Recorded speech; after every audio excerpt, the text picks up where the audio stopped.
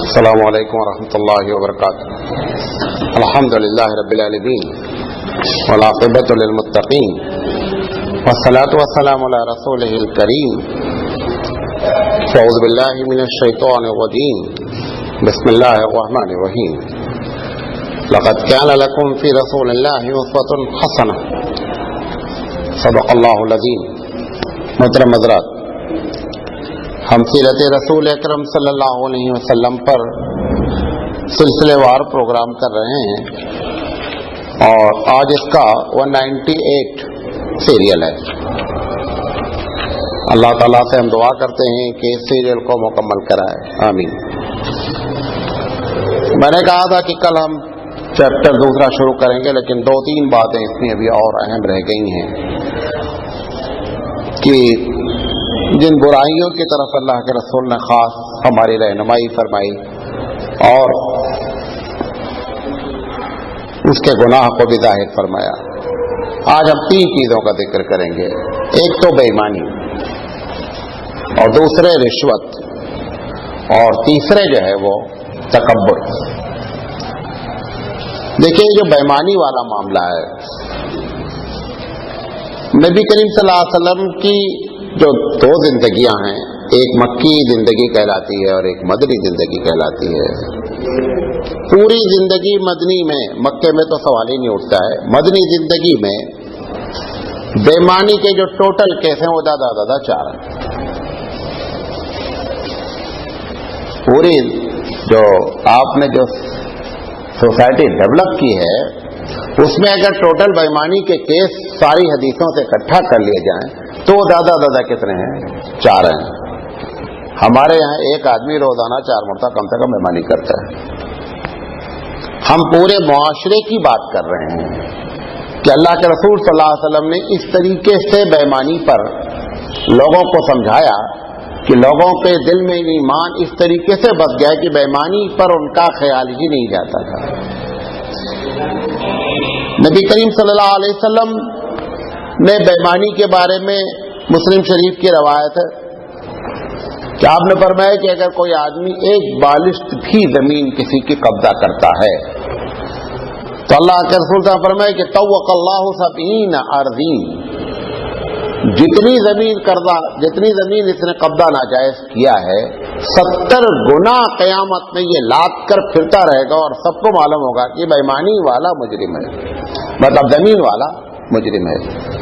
ایک حدیث میں نے فرمایا اگر کسی نے اونٹ کسی کے قربان مطلب ناجائز کیا ہے تو وہ اپنی گردن پر اونٹ لاٹتے پھرے گا قیامت میں. اور اگر کسی نے بکری کسی کی ہے تو جس لحاظ سے بے ایمانی ہوگی، ابھی انصاف اور کیا کہتے ہیں ججمنٹ کی بات الگ ہے. ہم نے آپ کو ایک دن بتایا تھا نا کہ کچھ گناہ ایسے ہیں جو قیامت میں سائن کے طور پر ظاہر ہوں گے. اس میں سے ایک یہ ہے بے ایمانی بھی، کہ جس چیز کی بے ایمانی کی گئی ہے وہ چیز قیامت میں بندہ لے کر کے آئے گا. یہ جو زمین کا معاملہ ہے شہروں میں تو کم ہے، دیہاتوں میں بہت بڑا مسئلہ ہے زمینوں کا. 2 کھیت کے درمیان میں مینڈ ہوتے ہیں، وہ ایک آدمی مینڈ کاٹتا رہتا ہے اور کاٹ کے اس کا مینڈ بیچارے کا ادھر آتا رہتا ہے. اچھا، وہ جتنی زمین کا علاقہ آپ نے بویا سامان، کوئی فصل اگائی، وہ جتنی فصل اس علاقے میں ہوئی اس سے جب پوری فصل ملی تو پوری حرام ہو جاتی. ایسا نہیں ہے کہ صرف اس خطے میں جتنا 5 کلو گیہوں ہوا ہے لہذا یہ 5 کلو حرام ہے اور 95 کلو کیا حلال ہے، ایسا نہیں ہے. اس کے پہلے بھی آپ کو ایک دن کئی مرتبہ یہ بات بتایا ہو نا کہ حلال چیز میں ایک قطرہ بھی حرام ملتا تو فتویٰ کس کا دیا جاتا ہے؟ حرام کا دیا جاتا ہے. یہ فتویٰ نہیں دیا جاتا ہے کہ صاحب منرل واٹر میں آپ نے ایک قطرہ پیشاب ڈالا ہے لہذا ایک قطرہ ناپاک ہے اور پوری بوٹل پاک ہے. نہیں، پوری بوٹل کا حکم یہی لگے گا. یہ مسئلہ جو قیاس کیا فقیہوں نے وہ زکوٰۃ کے اوپر کیا ہے. اللہ کے رسول نے فرمایا کہ جو زکوٰۃ نہیں دیتے ہیں اور اپنے زکوٰۃ کے مال میں دوسرا مال ملاتے ہیں تو وہ 2.5% 97% کو کیا کرتا ہے؟ حرام کرتا ہے. وہ جو 97.5% آپ کا حلال مال تھا وہ 2.5% کی وجہ سے کیا ہو گیا کہ وہ بھی حرام ہو گیا. لہذا یہ جو بےایمانی کی جو بات ہے نا، یہ اللہ کے رسول صلی اللہ علیہ وسلم نے اس کو اس انداز میں سمجھایا کہ صحابہ کے دل میں یہ بات اتر گئی.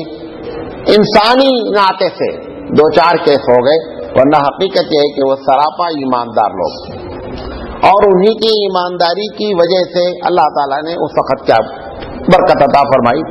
حضرت عمر رضی اللہ تعالیٰ عنہ کا زمانہ ہے، کوئی زیادہ لمبا زمانہ نہیں ہے. حضور صلی اللہ علیہ وسلم کی وفات کے بعد اگر آپ 2.5 سال ابو بکر کی خلافت دیکھیں تو عمر رضی اللہ تعالیٰ عنہ کی خلافت 10 سے کچھ سال زیادہ ہے. 12.5 سال اگر آپ ٹوٹل لے لیں، 12.5 سال میں ایسی حکومت قائم ہو جانا کہ لوگ زکوٰۃ کے لیے ترسے کہ زکوٰۃ کس کو ادا کریں. جس کے پاس زکوٰۃ لے کر جایا جاتا وہ کہتا ہے کہ میں خود اپنی زکوٰۃ دینے کے لیے تلاش کر رہا ہوں کہ کسی مستحق کے ہاتھ میں پہنچا سکے. کوئی بہت بڑا پیریڈ نہیں ہے. وجہ کیا تھی؟ وجہ یہ تھی کہ ایمانداری ان کی زندگی کا سب سے اہم مقصد ہوتا تھا. ایک دکاندار کی مثال دی تھی مدینہ کی، 2 صحابی کی دکان تھی. ایک صحابی کی دکان میں دھندا نہیں ہوا، دوسرے صحابی کی دکان میں زیادہ دھندا ہو رہا تھا. جب ان کے مطلب بھر کا ہوا اور دیکھا کہ اس کے پاس کوئی گیا ہی نہیں ہے تو کسٹمر کو انہوں نے کہا کہ مجھے جتنا ملنا چاہیے آج دن بھر کی ہماری ہو گئی ہے روزی روٹی، آپ فلاں بھائی کے یہاں سے جا کر کے آپ خرید لیں، اس کی بہنی بھی نہیں ہوئی ہے. یہ وہ کیریکٹر ہے جو دیکھنے میں چھوٹی سی چیز ہے، لیکن ہم کبھی زندگی میں ایسا کام نہیں کر پاتے. ہماری 2 دکانیں ہوں، اگر ہم شٹر بند کرنے جا رہے ہوں، لائٹ بھی آف کر لی ہوں، اور اگر تھوڑا سا گرا لیا کوئی کسٹمر آ جائے گا تو ہم لائٹ بھی آن کر دیں گے، شٹر بھی چڑھا دیں گے، ہم کسٹمر جانے نہیں دیں گے. لیکن ان لوگوں کا معاملہ اس طریقے سے تھا. یہ دیکھنے میں تو لگتا ہے کہ صاحب انہوں نے کسٹمر چھوڑا، اگر 10% اس میں فائدہ ہوتا، جتنا خریدا اتنا ہمارا نقصان. وہ نہیں، ان کے دماغ میں برکت تھی. آج ہمارے پاس کیا ہے؟ یہ میٹلزم دور ہے، مادہ پرستی کا دور ہے. جو چیزیں ہم کو نظر آتی ہیں ہم اس پر اعتماد کرتے ہیں، جو چیزیں ہم کو نظر نہیں آتی ہیں ہم اس پر اعتماد نہیں کر پاتے ہیں. اور آپ کو معلوم ہے کہ ایمان سراپا نظر نہ آنے والی چیز ہے. وہ چاہے اللہ پر ایمان ہو، وہ چاہے کتاب مطلب فرشتوں پر ایمان ہو، وہ جنت پر ایمان ہو، وہ جہنم پر، کوئی چیز بھی آپ فزیکلی چھو کر نہیں دیکھ سکتے. یہ ساری چیزیں کیا ہیں؟ آپ کو نہ نظر آنے والی، اس پر ایمان لانے کی بات کہی جاتی ہے. ایسے ہی یہ برکت کا ایک لفظ ہے، وہ بھی نظر نہیں آتا ہے، لیکن اگر کوئی آدمی اس کو بہت حساب سے دیکھنا چاہے تو بہت واضح طور پر نظر آتا ہے کہ صاحب اس میں برکت ہوئی. تو یہ بےایمانی کے سلسلے میں، تو بےایمانی کی ڈیفینیشن کیا حقیقت میں؟ جو اپنا حق نہیں ہے اس کو اپنا حق بنا لینا کسی بھی طریقے سے. اب اس کے لیے کبھی ہم مال کمانے میں کرتے ہیں، ہمارے پاس مال آپ نے رکھا ہے ہم اس میں کرتے ہیں، کبھی کم تولنے میں کرتے ہیں، کبھی جو ہے وہ عیب چھپانے میں کرتے ہیں. اللہ کے رسول صلی اللہ علیہ وسلم کے زمانے میں اللہ کے رسول کبھی کبھی بازار جاتے تھے تو بازار چیک کرتے تھے کیسی چل رہی مارکیٹ. تو ایک صاحب غلہ کے بیاپاری تھے. یہ وہ جو 4 واقعات آپ کو بہت ہے اس میں سے ایک ہی ہے بےایمانی کا. وہ غلہ کے بیاپاری تھے تو غلہ بھیگ گیا. صبح لا کر غلہ جب بیچنا چاہا تو بھیگے والے کو اندر رکھ دیا اور سوکھے والے کو اوپر ڈال دیا. وہ دیکھیں کوئلہ والا کیا کرتا، پانی ڈالتا رہتا دنادن. وہ جو کوئلہ بیچتا ہے وہ پانی ڈالتا، وہ باقاعدہ بےایمانی کرنے کے لیے پانی ڈالتا ہے کہ کوئلے کا وزن کیا ہو جائے، بڑھ جائے. معلوم نہیں کبھی آپ کو ایکسپیرینس ہے کہ نہیں. انگور کے بیاپاری بھی یہ بہت کرتے ہیں. انگور ایک ایسا پھل ہے کہ اگر جس وقت توڑا جانا ہے، اگر آپ اس کو توڑنے سے پہلے آدھا گھنٹہ پہلے اس میں پانی ڈال دیں اس کی جڑ میں، اتنا قدرت نے اس کے اندر طاقت رکھی، آپ نے پانی ڈالا کہ 1 سیکنڈ میں کھجور اس کے خوشے میں پانی ٹپکتا ہے. اب 20 لیٹر پانی اگر جڑ میں ڈال دیا گیا تو 20 کلو جو اس کے پاس انگور تھا اس میں جا کر کے پانی چلا گیا. اسی وقت بندے نے توڑ لیا. آپ کہتے ہیں انگور پھیکا ہے. وہ چکر وہی ہوتا ہے کہ وہ جو پانی توڑا ہوا ہے وہ ابھی رس نہیں بن پایا، اسی حالت میں انگور کو کیا کر لیا گیا، توڑ لیا گیا. ایسے وہ صحابی تھے اور انہوں نے ایسا کیا. اتفاق سے اللہ کے رسول نے غلہ چیک کرنے کے لیے اندر ہاتھ ڈال دیا اندر ہاتھ ڈالا تو گلا اندر والا کیا تھا؟ بھیگا تھا. تو اللہ کے رسول نے پوچھا یہ کیا ہے، کیوں کیا آپ نے ایسا؟ اللہ کے رسول یہ بھیگ گیا تھا رات میں ایسا. انہوں نے کہا جب بھیگ گیا تھا تو آپ بھیگے والے کو اوپر رکھتے تاکہ جو لیتا یہ سمجھ کر لیتا کہ میں بھیگا ہوا لے رہا ہوں، تب کوئی دھوکہ نہیں تھا. لیکن اس نے تو دیکھا کہ مال کیا ہے، سوکھا ہے، اور آپ نے اٹھا کر کے اندر سے بھی گیلا مال ہوتے کے ساتھ ڈال دیا. اب آج یہ کتنا ہوتا ہے، ایک آدمی مارکیٹ میں آتا ہے جو سیلس مین ہے، آپ کو ماڈل دکھلاتے ہیں، سیمپل دکھلاتے ہیں، آپ نے آرڈر بک کر دیا، وہ ماڈل سیمپل پتا چلا کہ آیا ہی نہیں مال. ہندوستان سے ایسا کئی مرتبہ ہوا، کروڑوں روپے کا نقصان ہوا ویپاریوں کا. وہاں سے چاول، عرب دنیا سے چاول کا آرڈر لیا، سمپل دکھلایا، جب یہاں سے چاول گیا تو چاول کیا ہے دوسرا گیا. انہوں نے پورا شپ واپس کر دیا. انہوں نے کہا کہ ہم نے یہ چاول کا آرڈر نہیں دیا ہے. ان چیزوں میں آج بھی عرب ایک دم مطلب دو چار کی طریقے سے بزنس کرتا ہے. ابھی آپ آم لینے جائیں، ہم لوگوں کے جو مارکیٹ ہے آم کا، اس نے ریٹ بتایا کہ 100 روپے کلو ہے. وہ آم جو رکھا ہوا ہے چھوٹا ہو یا بڑا ہو سب کتنا اس نے ریٹ بتا دیا. آپ اختیار دینا چاہیے اس کس کو، کسٹمر کو، کہ وہ جو چاہے اس میں سے 1 کلو آم لے لے. وہ اب آپ نے جیسے ہی چننا شروع کیا بولتا نہیں ایسا نہیں ایسا نہیں، اور اتنی فنکاری سے وہ آم خراب اٹھا کر کے رکھے گا کہ آپ جب تک 3 رکھیں گے وہ 5 رکھ کر کے کلو پورا کر دے گا کھٹ سے. آپ کو اگر وہ کسٹمر پرماننٹ ہے تو 2-3 آپ نے رکھا، اتنے دیر میں اتنے 5 اٹھا کر کے وہ رکھ دیے جو آم بیکار ہے، آپ لے کر کے آ گئے. ایسے یہ جتنی ہری سبزی کے دھندے کرتے ہیں سب میں یہی ہوتا ہے. اندر کلے کے اندر مال خراب رکھا ہوا ہے، اوپر سے مال کیا ہے اچھا رکھا ہوا ہے. جو ٹرک پوری ٹرک نیلام ہوتی لکڑیوں کی، اوپر ٹرک کے کندے اچھے رکھے گئے ہیں اور اندر کیا کر دیا گیا ہے، سارے خراب مال رکھ دیے گئے ہیں. یہ سب اس بےایمانی میں شامل ہے جو اللہ کے رسول فرمایا. اور اس کے بارے میں پھر فرمایا ان صحابی سے کہ من غش فلیس منا، کہ جس نے دھوکہ دیا وہ امت محمدی صلی اللہ علیہ وسلم کا فرد نہیں ہے. امت محمدی صلی اللہ علیہ وسلم سے یہ چاند سی نہیں ہے کہ وہ کسی کو دھوکہ دیتی ہے. لہذا یہ جو آپ نے حرکت کی ہے بہرحال صحابی نادم ہوئے. اور اللہ کے رسول صلی اللہ علیہ وسلم کے اس زندگی میں جو 4 مہینے بتائے، میری نالج میں 4 ہیں، ویسا ہو سکتا ہے زیادہ، بہرحال میں نے جو سمجھا ہے اس میں سے ایک یہ ہے. تو بےایمانی مختلف انداز کی ہر فیلڈ میں اپنے اپنے طور پر بےایمانی کرتے ہیں. ابھی کنسٹرکشن کے جتنے لوگ کام کرنے والے ہیں آپ سے آرڈر لیں گے کہ ذات کھڑکی ہم شیشم کی لگائیں گے، نہیں لگائیں گے. وہ جو روتے ہیں کتاب برکت نہیں ہو رہی ہے، کام ہو رہا ہے، پیسہ کما رہے لیکن نظر نہیں آتا، وہ سب اس میں جاتا ہے. آپ ایک مرتبہ ایمانداری سے کام کر کے دیکھیں، ایسا نہیں ہوگا، تھوڑی سی پرابلم آئے گی. کیونکہ جہاں بھی آزمائش ہوتی ہے نا وہاں پہ اللہ ڈائریکٹ نتیجہ نہیں برآمد کرتا ہے. پہلے پرابلم کریٹ ہوتی ہے، وہ دیکھنا چاہتا ہے کہ پرابلم کے آتے ہی اس نے دامن چھوڑ دیا ایمانداری کا یا کیا ہے جما رہا. ایک روایت ہے گھر کے ضعیف ہے، حضرت علی رضی اللہ تعالیٰ عنہ کے بارے میں کہ ایک فقیر آیا، انار کا سیزن تھا. علی رضی اللہ تعالیٰ عنہ نے حضرت فاطمہ رضی اللہ تعالیٰ عنہ سے کہا کہ کچھ ہے. انہوں نے کہا کہ انار ہے اور تو کچھ نہیں ہے. انہوں نے کہا کہ اس کو دے دو. تو 10 انار تھے، 10 کے 10 انار انہوں نے دے دیے. مدینے میں آج بھی انار ہوتا ہے، اس وقت بھی ہوتا تھا.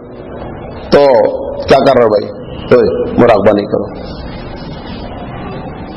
تو اللہ کے رسول نے کسی نے انار بھیجا تو حضور کو چونکہ بیٹی بہت چہیتی تھی، حضور نے کہا کہ فاطمہ کے ہاں بھی دیا انار. تو اتفاق سے انہوں نے حضور نے 70 انار نکالے اور دے دیے کہ جاؤ بیٹی کو دیا. اب وہ راستے میں ابو ہریرہ رضی اللہ تعالیٰ عنہ نے جان بوجھ کر کے 1 یا 2 انار نکال لیا، چوری کی غرض سے نہیں، ایسے ہی. جب وہاں پہنچے تو انہوں نے کٹکھٹایا، کون ہے؟ ابو ہریرہ ہیں. کیا ہے؟ حضور نے انار بھیجے ہیں. حضرت علی پوچھتے ہیں کتنے بھیجے ہیں؟ ابھی دروازہ نہیں کھولتے. انہوں نے کہا کہ 69 ہیں، 68 ہیں. انہوں نے کہا کسی دوسرے گھر میں بھیجا ہوگا، یہ ہمارا نہیں ہے. کہا کیوں؟ کہا میں نے 10 اللہ کے راستے میں دیا تھا. نہیں 7 دیا تھا اور اللہ نے 10 کا وعدہ کیا تو 70 ہونا چاہیے تھا. یہ 68 ہے, کسی دوسرے کا ہے. یہ کیا ہے؟ اللہ کے رسول کی بات پر, اللہ کی بات پر اتنا اعتماد ہے کہ اللہ کہتا ہے کہ تم ایک اگر خرچہ کرتے ہو میرے راستے میں تو 10 تم کو دیتا ہوں. وہ 10 کا اس کو اعتماد تھا. ہمارا چونکہ اعتماد ہے لہذا ہمارا کبھی 1-10 ہوتا ہی نہیں ہے. اللہ کے رسول صلی اللہ علیہ وسلم فرماتے ہیں حدیث قدسی انادن نبتی بھی, میں انسان کے گمان کے مطابق ٹریٹمنٹ کرتا ہوں, برتاؤ کرتا ہوں. اللہ کہتا ہے جیسا آپ میرے بارے میں سوچتے ہیں میں ویسا ہی آپ کے ساتھ بہیو کر دیتا ہوں. اگر آپ یہ سمجھتے ہیں کہ اللہ ہمارے لیے کافی ہے تو اللہ کافی ہو جاتا ہے. وہ عبد المطلب کی سن لیتا ہے.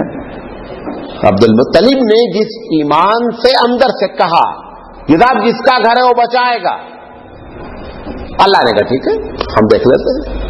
تم سب بابری مسجد کے لیے دعا کرتے رہے, کچھ نہیں ہوا. وہ ایک آدمی جس کو آپ کافر کہتے ہیں, اس ایک نے ایسی اندر سے آہ نکالی کہ اللہ نے ابابیل بھیج دیا. ہم 1 ارب 15 کروڑ دعا کرتے رہے, کچھ نہیں ہوا. کیوں؟ وہ 1 ارب 15 کروڑ مل کر کے بھی اس ایمان کے کیٹیگری کو پہنچ نہیں پائی بات. ورنہ وہ اللہ آج بھی تھا, آج بھی حفاظت ہوگی.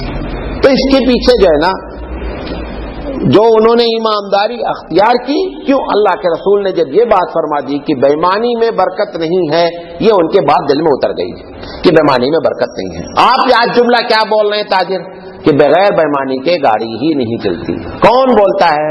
مسلمان بولتا ہے.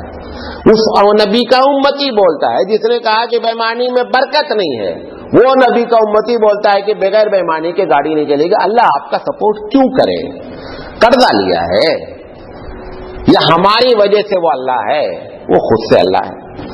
یہ بنیادی وجہ ہوتی ہے کہ جو ہم سمجھ نہیں پاتے ہیں اور ایسے جھیلتے رہتے ہیں. لہذا اللہ کے رسول صلی اللہ علیہ وسلم نے فرمایا کہ وہ 7 طبق لے کر کے اپنے اوپر اس زمین کا وہ بوجھ ڈھوئے گا اگر اس نے بےمانی کی ہے. اور جب اللہ کے رسول یہ کہہ دیتے ہیں نا کہ فلیس منا فلیس منی, یہ بڑی خطرناک قسم کا سرٹیفکیٹ ہوتا ہے. جب اللہ کے رسول یہ کہہ دیتے ہیں کہ فلیس منا, وہ مجھ میں سے نہیں ہے, یا آپ نے گویا کہ اس کو سرٹیفکیٹ دے دیا ایک عجیب و غریب قسم کا جناب یہ امت محمدی کا فرد نہیں ہے. امت محمدی کا فرد ایسی حرکت نہیں کر سکتا. وہ بھلے آپ روزہ نماز کر رہے ہوں اور اپنے طور پہ بہت پکے بنے ہوں, لیکن حقیقت کیا ہے؟ وہ اللہ کے دربار میں امت محمدی کے فرد کی حیثیت سے ریکارڈ نہیں رہتا ہے بندہ. ایک بات تو یہ بتانا چاہتے تھے. دوسری چیز یہ ہے رشوت.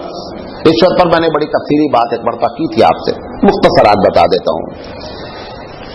سب سے پہلے تو مفتی شفیع علیہ الرحمٰن نے جو ڈیفینیشن کی ہے احادیث کی روشنی میں, عبداللہ بن مسعود رضی اللہ تعالیٰ عنہ کے قول کی روشنی میں, کہ رشوت کہتے ہیں اس چیز کو کہ جب آپ کسی دوسرے کا حق یا اپنا حق نہ ہو اور اپنے نام کروا لیں, اس کا نام رشوت ہے.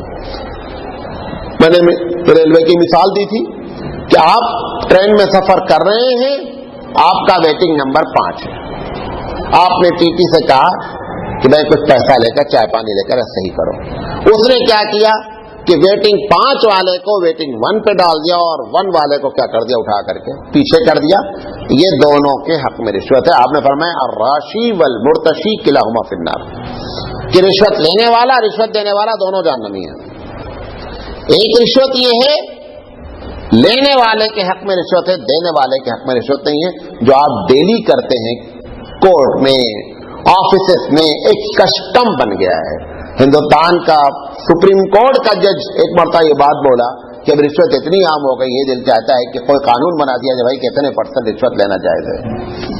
قانون بنا دینا چاہیے کہ رشوت جو ہے وہ جائز ہے. ایسا رشوت لوگوں کے دلوں میں اتر. اب جیسے آپ کا یہ زمین کا رجسٹریشن ڈپارٹمنٹ ہے, مطلب بغیر رشوت کے کام ہونا ہی نہیں ہے. اور ان کا شیڈول بن گیا ہے کہ اگر 5 لاکھ کی زمین لکھی گئی ہے تو اتنے % ان کو رشوت دینا ہی دینا ہے. آپ کو این اے کروانا ہے نان ایگریکلچر, فکس ہے کہ 50% آپ کو دینا ہے. نہیں 40 نہیں 100%. اگر 2 لاکھ روپے گورنمنٹ کی فیس ہے تو 2 لاکھ روپے آپ کو کیا کرنا ہے؟ رشوت دینا ہے. سمجھے؟ اب یہ کسی کا حق نہیں مارا جا رہا, یہ لینے والے کے حق میں رشوت ہے لیکن دینے والے کے حق میں رشوت نہیں ہے. جیسے کہ آپ اپنا پیپر ٹیبل سے آگے بڑھانا چاہتے ہیں، وہ پیون بغیر 10 روپے لیے آپ کا ٹیبل صاحب کے سامنے رکھے گا ہی نہیں۔ اور اگر آپ زیادہ نخرے دکھلائیں گے، زیادہ 3-5 بولے گا تو آپ نہیں ہے، وہ فلاں پیپر کا ہے بھائی، ٹھیک ہے میں نے رکھ دیا ہے، آپ ایسے دوڑتے رہیں گے، آپ کا کام نہیں ہونا ہے۔ آپ نے 10 روپے دیا، وہ 10 روپے دیکھتے اس کو گلوکوز چڑھ جاتا، کام آپ وہ فائل آگے بڑھا دیتا ہے۔ یہ جو ہے یہ مجبوری درجے میں رشوت ہے، لیکن لینے والے کے حق میں ہر حال میں رشوت ہے، دینے والے کے حق میں رشوت نہیں ہے۔ اللہ کے رسول صلی اللہ علیہ وسلم کے زمانے میں ایک آدھ کیس ملے ہیں، اور وہ بھی صحابی نے آ کر کے خود بیان کیا، سوال مسئلہ پوچھ لیا، اللہ کے رسول یہ رشوت تو نہیں ہے؟ ہوتا یہ تھا کہ کھجور کی زکوٰۃ لینے جاتے تھے، تو کھجور جب آتی ہے یعنی پھل جب پکنے کے قریب ہوتا ہے تو اس کے آنکنے والے، اس کے اندازہ لگانے والے جاتے تھے کہ اس پوری باغ میں 20 کنٹل کھجور ہوگی مثال کے طور پر، تو وہ ان کو بتا دیتا کہ دیکھو اس میں 20 کنٹل کھجور ہوگی اور 20 کنٹل پر اتنی زکوٰۃ ہوتی ہے۔ تو ایک یہودی تھا، یہودی تو نمبر 1 کے اس قسم کے پیدائشی ایسے بدماش ہوتے ہیں، تو ان سے صحابی کو جان بوجھ کر کے ہدیہ دیا کہ اگر اس کو ہم گفٹ دیں گے تو یہ اندازہ کم لگائے گا کہ صاحب اس میں 10 ہی کنٹل پیدا ہوگی، تو 10 کنٹل کی بنیاد پر وہ کیا کرے گا، زکوٰۃ لگے گا۔ آپ کو معلوم ہے افیم کی کھیتی میں بھی یہی ہوتا ہے، ہندوستان میں سب سے زیادہ افیم کی کھیتی فیض آباد میں ہوتی ہے، لائسنس بنتا ہے افیم کی کھیتی کرنے کے لیے۔ فیض آباد سے لے کر بارہ بنکی ضلع میں ایک تقریباً 100 کلومیٹر کا رینج ہے جہاں پہ پیدا ہوتی ہے، تو وہ سرکاری لوگ آتے ہیں اور آ کر کے بتاتے ہیں کہ صاحب اسے اتنے 1 ایکڑ میں اتنی افیم ہوگی۔ وہ کیا کرتا ہے بندہ، کیونکہ جب وہ لکھ کر جائے گا کہ 50 کلو تو 50 کلو آپ کو گورنمنٹ کو سپلائی کرنا ہے، گورنمنٹ کا ریٹ اور بلیک ریٹ میں دگنے کا فرق ہوگا، تو وہ کیا کرتا ہے جب وہ آتا ہے کہ اس کھیت میں اتنی افیم ہوگی تو وہ اس کو ٹھیک سے چائے پانی کراتا ہے، چائے پانی سے بڑا پیسے دیتا ہے۔ وہ 20 کلو کے بجائے لکھتا ہے کہ صاحب فصل نہیں ہوئی، فلاں ہوا، پانی نہیں ملا، یہ نہیں ملا، لہذا 20 کلو کے بجائے سے 5 کلو ہی افیم چانسز ہیں ہونے کے۔ وہ 5 کلو لکھ کے چلا گیا، 50 کلو اس میں ہوئی ہے، 45 کلو اس نے بلیک کر دیا، وہی چکر۔ تو ڈائریکٹ اس کو دینا، تو وہ یہودی نے اس صحابی کو کیا کیا کہ پیسے وہ مطلب کچھ ہدیہ دیا، ہدیہ دینے کے بعد اس نے سمجھا کہ یہ مطلب کم لکھ دیں گے۔ ایک روایت میں آتا ہے کہ اس نے، دوسری روایت میں آتا ہے، اس میں نہیں دوسری روایت میں آتا ہے کہ اس یہودی نے ان سے کہا کہ کچھ چائے پانی کر لو لیکن کم لکھو، تو اللہ کے رسول صلی اللہ علیہ وسلم کے صحابی نے فرمایا کہ حرام چیز کی تم تبلیغ کرتے ہو۔ یہ ایک دوسری حدیث ہے، یہ جو میں آپ کو بیان کر رہا ہوں یہ بڑی مشہور حدیث ہے۔ تو انہوں نے ہدیہ دیا، وہ خیر آ گئے، اب ان کو لیکن انہوں نے ہدیے سے متاثر نہیں ہوئے، وہ ان کو جو اندازہ کرنا تھا وہی اندازہ کیا۔ اللہ کے رسول صلی اللہ علیہ وسلم کے پاس آ کر کے مسئلہ پوچھا، اللہ کے رسول میں اس کے پاس گیا تھا، آپ کو معلوم ہے کہ میں زکوٰۃ اندازہ کرنے جاتا ہوں، میں جب گیا تو اس نے مجھے ہدیہ دیا، وہ جو آپ کو آج کل دیتے ہیں نا، آفیسر کو ہدیہ دیتے ہیں دیوالی کا، یہ سب وہی ہدیہ ہے، یہ وہی ہے۔ ہدیہ ہم کو تو لا کے نہیں دے دیتے آپ، ہدیہ اسی کو دیتے ہیں جس سے تمہارا کام پھنستا ہے۔ اب وہ شریف، تھوڑا سا شریف ہوگا آدمی، وہ اس لیے وہ ڈائریکٹ لینے کے بجائے اس انداز میں لیتا ہے۔ تو اللہ کے رسول سے آ کر کے کہا کہ میں نے ایسا ایسا ہدیہ دیا، میں لے کر کے آ گیا۔ حضور صلی اللہ علیہ وسلم نے پوچھا کہ اگر تم اپنے گھر میں بیٹھے رہتے، حل جلا فی بیت امہ و ابی، اگر آپ اپنے گھر میں بیٹھے رہتے تو بھی تم کو ہدیہ پہنچاتا وہ؟ یعنی اگر تم اس ڈپارٹمنٹ میں کام نہیں کرتے ہوتے تو بھی تم کو لا کے ہدیہ دیتا؟ کہا ہم سے اس کا کوئی تعلق نہیں۔ کہا تمہیں کو کیوں دیا؟ اس کا مطلب یہ رشوت ہے، یہ تم کو رشوت اس نے دیا۔ یہی سیم سچویشن کسی ہے، آپ کی پوری مارکیٹ کی ہے، پورے سوسائٹی کی ہے، جو یہ گفٹ ہولی دیوالی عید بقرعید چلتا ہے اس سب کے پیچھے راز یہی ہوتا ہے۔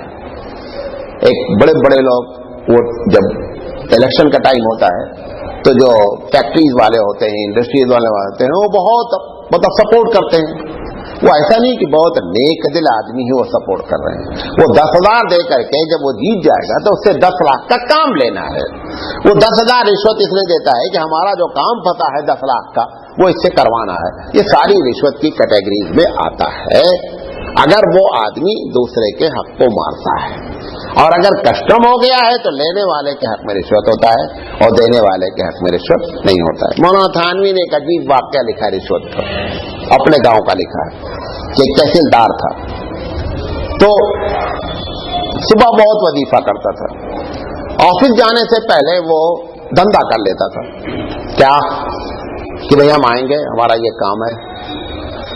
تو جب وہ فجر کی نماز پڑھ کر بیٹھتا مصلی پہ تو تسبیح پڑھتا رہتا, کہتا ہم بات لیکن نہیں کریں گے اور مانگیں گے نہیں, صرف اشارہ کریں گے. اگر ایک کریں گے تو اس کا مطلب تم کو 100 روپے دینا ہے, اور اگر 2 کریں گے تو اس کا مطلب تم کو 200 روپے دینا ہے. تو لوگ آتے تھے اپنا کام کروانے, تو بات تو کرتا نہیں, مصلی پہ بیٹھا رہتا. پڑھتا کیا تھا, جھوٹ ایسے پڑھتا رہتا ہوگا بدماش. تو وہ بات ہوتی تو اشارہ کرتا ہے. تو سب کو معلوم تھا کہ مصلی کے نیچے رکھنے کا ہے. بات کیوں نہیں کرتا, بات اس لیے کہ صاحب وظیفے کے ٹائم پہ بات نہیں کرنا چاہیے. اب آپ دیکھیے وظیفہ کر رہا ہے, اور مولانا نے اس کے لیے ایک لفظ استعمال کیا کہ یہ کتے کا تقوی ہے, کتے کا تقوی ہے. پہلی مرتبہ میں نے بھی تک کہ یہ کیا, یہ کتے کا تقوی کیا چیز ہے. تو مولانا نے اس کی تشریح کی کہ کتا ٹانگ اٹھا کر پیشاب کرتا ہے, اس لیے کہ تاکہ پیشاب ہماری ٹانگ میں نہ لگے. تو انہوں نے کہا تقوی یہاں, اور منہ سے غلاظت کھاتا ہے, منہ سے ساری غلاظت کھاتا ہے, اور ٹانگ اٹھا کر پیشاب کرتا ہے کہ پیشاب کہیں پیر میں نہ لگنے پائے. تو مولانا نے کہا ہے کہ یہ کتے کا تقوی ہے. تو تحصیلدار کے لیے لکھا کہ تقوی اتنا دکھلا رہا ہے کہ وظیفہ کے ٹائم پہ بات نہیں کرنا چاہیے, اور رشوت لے رہا ہے, اور کہتا ہے جانماز کے نیچے رکھ دو, بات نہیں کریں گے. سمجھے نہیں؟ تو یہ مختلف انداز سے رشوتیں ہوتی ہیں, اور حقیقت کیا ہے, ہر آدمی کو معلوم ہو جاتا ہے کہ میں رشوت دے رہا ہوں یا لے رہا ہوں. ایسا نہیں ہے. ابھی آپ کو بتایا تھا نا کہ صاحب حج کرنے جا رہے تھے, مرکز میں بات ہوئی نا کہ حج کرنے جا رہے تھے, یہی ہبلی کا واقعہ ہے, اور ان کو ٹرانسفر کرنا تھا. 80,000 روپے انہوں نے رشوت مانگے. انہوں نے کہا کہ دیکھو میرے حج کے جانے سے پہلے دے دو. اب آپ اندازہ کریں, ایک آدمی یہ بھی جملہ بھی بول رہا ہے کہ حج کے جانے سے پہلے دے دو. کیوں؟ تاکہ وہاں سے جا کر ڈیلیٹ کرا کے آ جائیں گے. وہ جا رہے ہیں نا, وہاں ڈیلیٹ ہو جاتا ہے, وہ ڈیلیٹ کروانے جا رہے ہیں. یہ ایسے یہ بھی وہی کتا والا تقوی ہے. اچھا, تیسری چیز ہم آپ کے سامنے بیان کرنا چاہ رہے ہیں آج, وہ ہے غرور, فخر اور غرور, تکبر. تکبر کے بارے میں اللہ کے رسول صلی اللہ علیہ وسلم نے, پہلے اس کی ڈیفینیشن سمجھ لیں کہ اس کی تعریف کیا ہے. اپنے کو کسی معاملے میں بڑا جانتے ہوئے دوسرے کو حقیر جاننا, یہ دونوں کنڈیشن پائی جائیں گے تو تکبر ہوگا. ایک آدمی پڑھا لکھا ہے, ایک آدمی جاہل ہے. یقینی بات ہے کہ پڑھا لکھے تھا آپ بولیں کہ آپ اپنے آپ کو سمجھے میں پڑھا لکھا نہیں ہوں, تو بیکار کی بات آپ کر رہے ہوں. یقینی بات جانے کہ میں پڑھا لکھا ہوں. ڈیمانڈ جو کر رہی ہے شریعت, وہ نیچرل چیزوں کے فطرت کے خلاف نہیں کرتی ہے. ایسا نہیں کہہ رہی نہیں کہ تم پڑھے لکھے ہونے کے باوجود اپنے آپ کو جانو میں کچھ نہیں جانتا ہوں. ہم اگر ایسی تبلیغ کریں گے بھی تو پاسبل نہیں ہے, ایسا ممکن نہیں ہے. لیکن کیا ہے, ایک صحابی نے آ کر یہی سوال کیا کہ رسول میں ذاتی طور پر بڑا خوبصورت ہوں, آپ جانتے ہیں, میں یہ چاہتا ہوں کہ میں سب سے اچھا لگوں, یہ کیا تکبر ہے میں جو کر رہا ہوں؟ تو اللہ کے رسول نے فرمایا کہ تم اچھے لگنا یہ ایک نیچر ہے. یقینی بات ایک آدمی خوبصورت ہے تو اپنے آپ کو خوبصورت محسوس کرے گا. اب ہم اس سے کہیں نہیں تم خوبصورت ہو, لیکن کہو اپنے آپ کو سمجھو کہ بدصورت ہو, تو بیکار کی بات ہم آپ سے اپیل کر رہے ہیں. اللہ کے رسول نے کہا یقینی بات ہے کہ جو بندہ خوبصورت ہے وہ فطری طور پر اپنے آپ کو خوبصورت سمجھتا رہے گا. تمہارا یہ چیز تکبر اسی لیے نہیں ہے کہ تم کسی کو حقیر سمجھ کر یہ نہیں سمجھ رہے ہو. جیسے ہی بندہ دوسرے کو حقیر سمجھے گا, اب وہ تکبر کی لسٹ میں آ جائے گا. اب اس میں ساری چیزیں داخل ہیں کہ مطلب وہ پیسے کے لحاظ سے ہے, وہ حسب نسب کے لحاظ سے. بہت سے لوگ ہیں, اب مثال کے طور پر آپ ایک آدمی ڈرائیور ہے, آپ جا رہے ہیں سفر میں, آپ اس کے بغل بیٹھنا نہیں چاہتے, یہ تکبر کی علامت ہے. ہمارے نبی سے بڑا اس دنیا میں کوئی نہیں. آپ اللہ کے رسول لوگوں کے ساتھ زمین میں بیٹھ جاتے تھے. ایک بدو آیا, وہ حیرت میں پڑ گیا کہ رسول آپ کیسے بیٹھے ہیں؟ کہا ہم انسان ہیں, اللہ کو یہ بات پسند ہے, میں ایسے بیٹھا ہوں, اس میں کیا حیرت کی بات ہے؟ اب مولانا صاحب ہیں مثال کے طور پر ہیں، اب ایک نہیں صاحب مولانا صاحب ہیں بس پہ کیسے بیٹھے؟ اگر یہ سوچا مولانا صاحب نے تو اب تکبر ہے یہ معاملہ. ایک مولانا صاحب ہے نہیں صاحب ہم تو کار ہی پر بیٹھ کر جائیں گے، دوسرے پر جائیں گے ہی نہیں. بھائی اگر تم کو کوئی دوسرے پر بیٹھنے میں تکلیف ہے تو ٹھیک ہے، لیکن کار ہی پر بیٹھنے تو کوئی ضروری نہیں ہے. بہت سے ایسے علماء ہیں بیٹھیں گے نہیں، موٹر سائیکل پر بیٹھتے ہی نہیں. ضرورت پڑ گئی سائیکل بھی چلائیں، ضرورت پڑ گئی موٹر سائیکل بھی بیٹھیں، اور ضرورت پڑ جائے تو ہوائی جہاز پر بھی بیٹھیں. لیکن اب چونکہ ہم کار پہ بیٹھ رہے ہیں لہذا موٹر سائیکل پہ نہیں بیٹھیں گے، یہ تکبر کی علامت ہے. تو اللہ کے رسول صلی اللہ علیہ وسلم نے جو ہماری تربیت فرمائی کہ آپ جو چیز آپ کے اندر، ایک آدمی مالدار ہے تو جس کے پاس پیسہ نہیں اس کے مقابلے میں وہ یہ سمجھتا رہے گا میرے پاس پیسہ ہے، لیکن اس کو حقیقی نہیں جاننا ہے. جیسے ہی حقیقی ہم جانیں گے اب یہ تکبر کی لسٹ میں آ جائے گا. اور اللہ کے رسول فرماتے ہیں، اللہ کہتا ہے حدیث قدسی ہے کہ الکبر ردائی، تکبر میری چادر ہے، اس کو نہیں چھونا.